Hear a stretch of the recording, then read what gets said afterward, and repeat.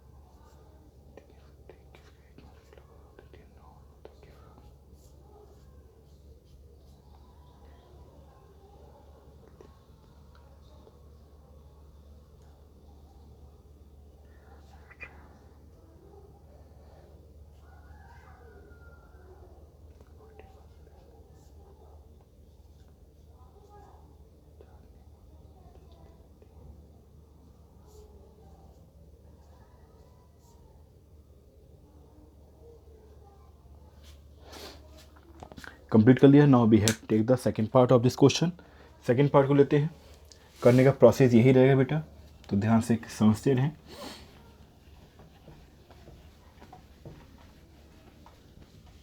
तो देखिए, अब सेकंड पार्ट की हम बात करते हैं। We have discuss the second part. Second part में 11/9 एंड 5/9 दे रखा है। अब देखो, यहाँ ऑलरेडी लाइक फ्रैक्शन है ये, क्यों? इसका डिनोमिनेटर सेम है। इसका मतलब हम ईजिली देख सकते हैं सर 11 जो है 5 से ग्रेटर है। तो यहाँ पे since it is like fraction, since it is like fraction, so no adopt any method here. ठीक है, कुछ करने की यहाँ पे ज़रूरत नहीं है। वी हैव रेड डायरेक्टली कि 11/9 greater than 5/9, that is the answer. Please write down. ठीक है, कुछ नहीं करना है यहाँ पे, क्योंकि डिनोमिनेटर सेम है। तो 11 क्या 5 से ग्रेटर होगा, तो we have write 11/9 greater than 5/9। ठीक है, now we have take the third part of this question. इसके थर्ड पार्ट को अगर हम ध्यान से देखें तो यहाँ क्या होता है, 37/41 एंड 19/30। अब यहाँ पे फर्स्ट मेथड क्या होता है, फर्स्ट स्टेप क्या थी कि हमें डिनोमिनेटर का एलसीएम लेना है। तो 41 और 30 का एलसीएम लेंगे, तो 41 और 30 का एलसीएम लेने पर देयर आर नो मीन, कोई मीन निकल के आएगा नहीं। ठीक है, कुछ होना ही नहीं है। और दोनों फिर क्या करेंगे, इसका मतलब सेम टू सेम ऐसे ही नोट कर देना है। यानी हम ये करेंगे कि एलसीएम हमें चाहिए था 41 और 30 का। ठीक है, जो कि क्या मिलेगा 41 इंटू 30, क्योंकि इसके फैक्टर ही नहीं होंगे। 30 के फैक्टर हो जाएंगे बट इसके नहीं होंगे, तो करना क्या, मल्टीप्लाई करना है। मल्टीप्लाई करोगे तो आपको मिल गया 3 1 जा 3 और 3 4 जा 12, तो 1230।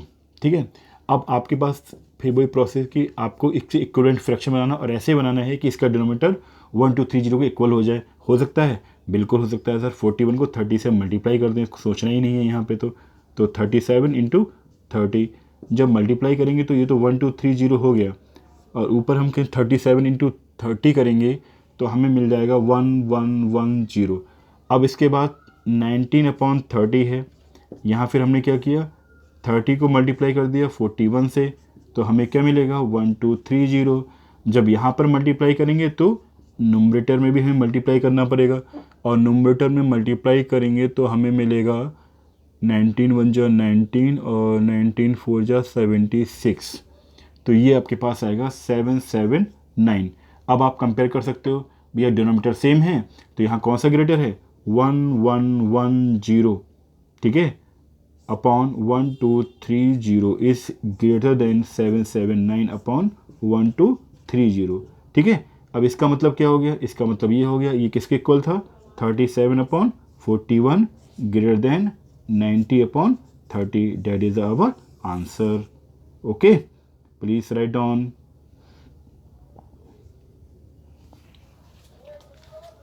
Now we have discuss the fourth part of this question. Fourth part को डिस्कस करेंगे हम लोग, नोट करिए।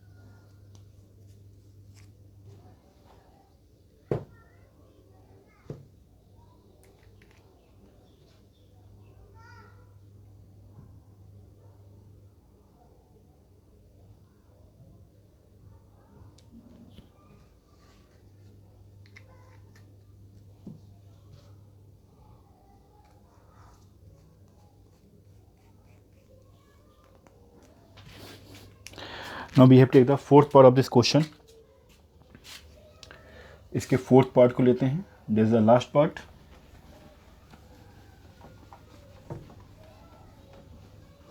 आई होप आपको समझ में आ गया होगा।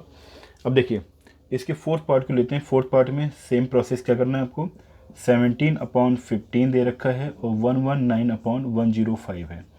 तो फर्स्ट स्टेप क्या थी, एलसीएम निकालना था 15 और 105 का। अब एलसीएम निकालने के लिए 15 को अगर हम देखें तो 3 से 3 5 जा 15 और 5 बन जा 5। तो 15 के फैक्टर हमें क्या मिले, 3 × 5। इसके बाद हम देखें 105 को हमने फैक्टराइज किया 3 से करेंगे तो 3 3 जा 9, 3 5 जा 15। फिर 5 से करेंगे, 5 7 जा 35 और 7 बन जा 7। ठीक है, तो हमें 105 के फैक्टर करने पर हमें क्या मिला, 3 × 5 × 7। तो आपने क्या देखा, अगर हम इसका एलसीएम निकालेंगे तो 105 का एलसीएम क्या मिलेगा, 3 × 5 × 7 मीन्स 105। अब फर्स्ट स्टेप कंप्लीट होगी। सेकेंड स्टेप में क्या करते हैं कि 17/15 के हम इक्विवेलेंट फ्रैक्शन निकालते हैं और ऐसे निकालते हैं कि इसका डिनोमिनेटर एलसीएम के इक्वल आए, जो एलसीएम हमने निकाला है। तो अब देखो 15 105 में कब कन्वर्ट होगा, तो ध्यान से देखो 3 5 15 होता है। 15 105 में कब कन्वर्ट होगा, जब 7 से मल्टीप्लाई होगी। तो 17 को हमने 7 से मल्टीप्लाई कर दी और 15 को भी 7 से मल्टीप्लाई कर दी। तो जब इसे करेंगे तो ये आपके पास हो गया 7 7 जा, देखो 17 × 7 होता है 119 और अपॉन 105। अब हम पहुँचे नेक्स्ट वाले पे, तो 119 105 ऑलरेडी कन्वर्टेड है तो कुछ करना तो है नहीं। तो आपने क्या देखा, अब देखो देयर इज द फर्स्ट और देयर इज द सेकेंड और बोथ आर द सेम। तो हम कह सकते हैं कि 119/105 इक्वल टू 119/105। और ये किसकी वैल्यू थी, इसके प्लेस पर हम क्या लिख सकते हैं, इसके प्लेस पे लिख सकते हैं 17/15 equal to 119/105। That is our final answer. Please write down.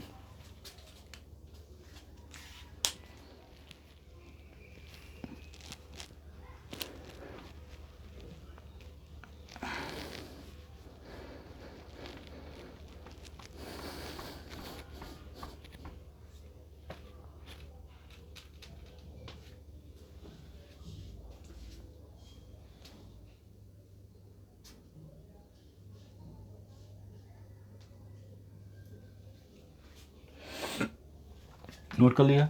Now we have move to question number second. Question number second पे हम लोग जाते हैं और ये ध्यान रखना एग्जाम के पॉइंट ऑफ व्यू से जितने क्वेश्चन हमने बोर्ड पर करवाए हैं, हमारे लेक्चर में जितने क्वेश्चन हैं उतने ही तैयार करने, उसी टाइप के क्वेश्चन आपके एग्जाम में आएंगे। ठीक है, इसलिए डोंट वरी। देखिए क्वेश्चन नंबर सेकंड की हम बात करें, क्वेश्चन नंबर सेकंड हमसे कह रहा है arrange the following fractions,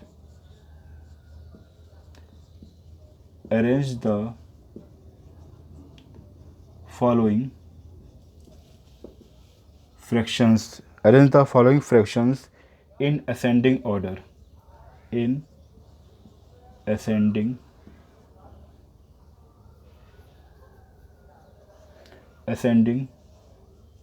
order।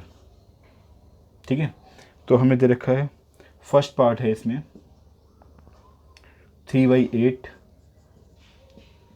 5/6 3/8 5/6 3/8 5/6 6/8 2/4 and 1/3। And second part में हमें दे रखा है 4/6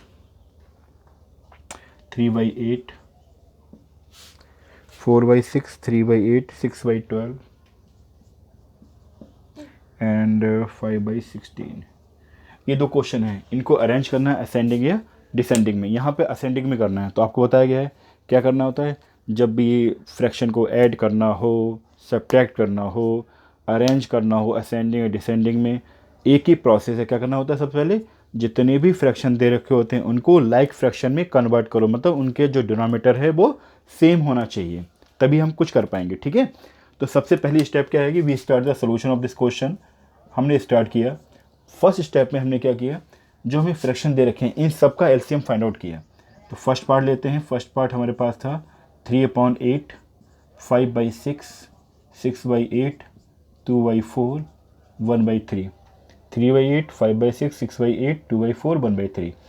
अब इनके हमें एलसीएम निकालना है। एलसीएम किसका निकालना है? 8, 6, 8, 4, 3। ठीक है, तो आप देख लो, यहाँ तो डायरेक्ट निकाल सकते हैं। 8 को हम फैक्टराइज करेंगे तो कितना आएगा? 2 × 2 × 2 आएगा, मतलब 2⁻3। Any doubt? ठीक है, इसके बाद 6 को करेंगे तो 2 × 3, फिर हमने 8 अगेन है तो सेम ही रहेगा, फिर 4 किया तो 4 का 2 × 2 आ गया, एंड 3 का आप जानते हो 3 × 1। तो एलसीएम निकालोगे तो एलसीएम क्या होगा? एक तो 2⁻3 हो गया एलसीएम, एंड 3 हो गया और 1 हो गया। तो इसका मतलब एलसीएम हमारे पास आएगा, एलसीएम 8, 6, 8, 4, 3। एक तो 2⁻3 हो गया इंटू 3। ठीक है, सॉल्व करेंगे तो 8 ये हो गया, 8 3 जा 24 एलसीएम आ गया। ठीक है, अब जितने भी फ्रैक्शन दे रखे हैं इन सबको कन्वर्ट करो किसमें? 24 में। 8 24 में कब कन्वर्ट होगा? तो 3 से मल्टीप्लाई होगा। जब आपके डिनोमिनेटर में 3 से मल्टीप्लाई कर रहे हो तो नंबरेटर में भी हमें 3 से मल्टीप्लाई करना होगा। ठीक है, तो अब ये कितना हो गया? 9/24। नेक्स्ट उठा लो 5/6। अब 6 को 24 में कब कन्वर्ट कर पाओगे? जब 4 से मल्टीप्लाई करोगे, तो 5 को भी 4 से मल्टीप्लाई करना होगा, तो 20/24।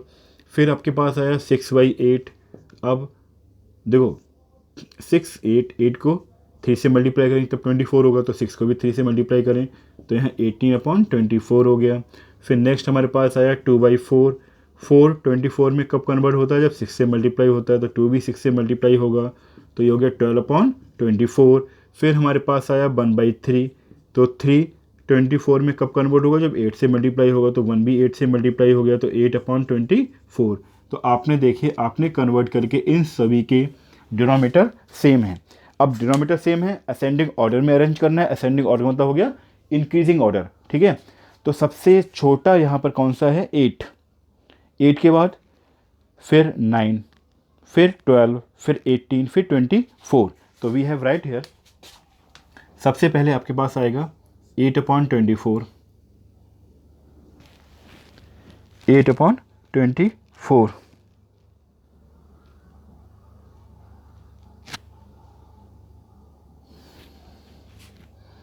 ठीक है, क्योंकि असेंडिंग ऑर्डर में लिखना है, 8/24 आ गया।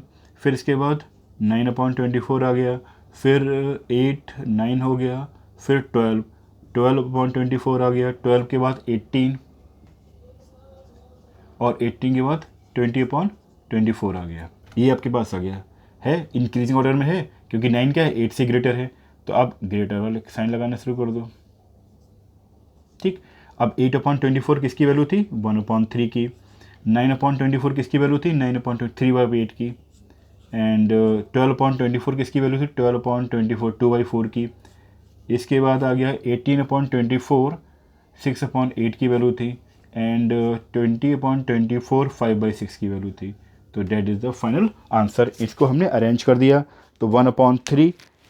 ठीक है, तो 1/3 से ग्रेटर कौन सा हो गया? 3/8। 3/8 से ग्रेटर 2/4, 2/4 से ग्रेटर 6/8, 6/8 से greater 5/6। That is the our answer. Okay, please write down.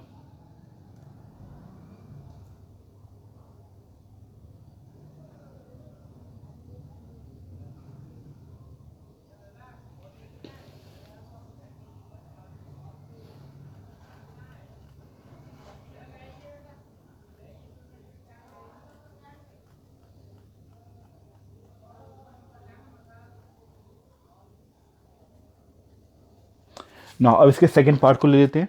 ठीक है, वो भी सेम टू सेम ऐसे ही सॉल्व होना है।